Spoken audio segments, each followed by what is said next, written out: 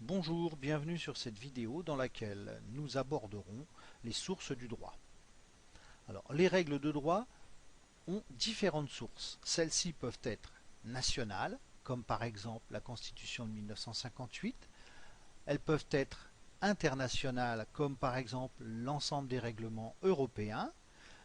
Nous pourrons aussi faire la distinction entre les sources directes, c'est-à-dire des textes rédigés par une institution, exemple le Parlement, ou des sources indirectes qui sont des décisions de justice qui vont compléter, adapter ou préciser une loi. On parlera alors de jurisprudence.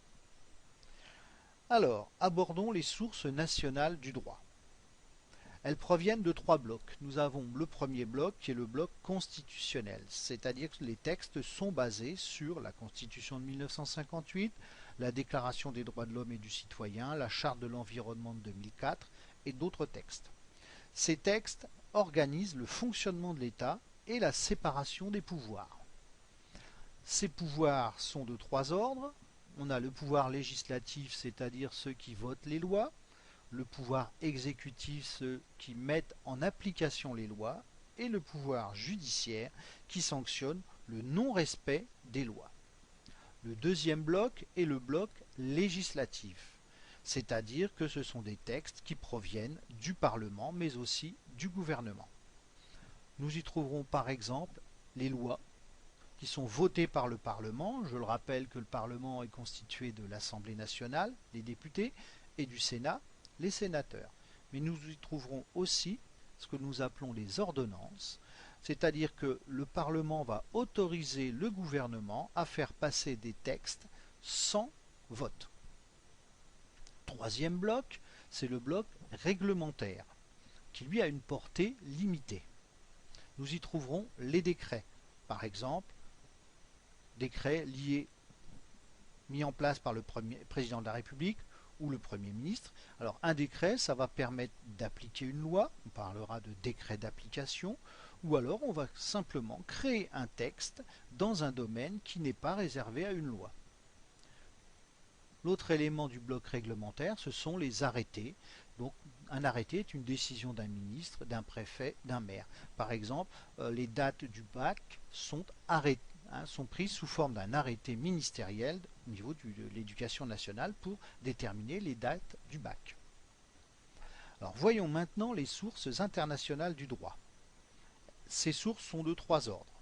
Nous avons premièrement le droit communautaire, c'est-à-dire l'ensemble des textes issus des institutions européennes. Ces textes sont supérieurs au droit national. Nous avons ce que nous appelons les directives européennes. Alors, la directive européenne va fixer des objectifs communs dans le but d'harmoniser les droits nationaux. Les moyens pour y parvenir sont laissés à l'initiative des États. Dernier bloc, c'est les traités et les accords internationaux conclus entre plusieurs pays. Cela va organiser le droit international. Souvent, ils vont porter sur des points précis. Nous pouvons y trouver les échanges d'étudiants avec l'exemple d'Erasmus, mais nous avons aussi des textes sur le commerce international ou sur l'environnement. Alors, revenons à la distinction entre les sources directes et indirectes. Pour les sources directes du droit que nous venons d'aborder, elles découlent d'un texte rédigé par une institution. Donc nous y trouverons donc les traités, les lois, les décrets, les arrêtés. Tous ces textes sont rédigés par des institutions. Il n'en est pas de même pour ce que nous appelons les sources indirectes, qui elles vont découler de deux principes. La jurisprudence.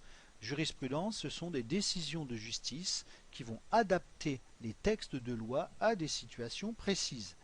Par exemple, nous avons adapté le droit du travail aux émissions de télé-réalité, puisque maintenant, un participant à une émission de télé-réalité sur la durée peut être considéré comme un travailleur.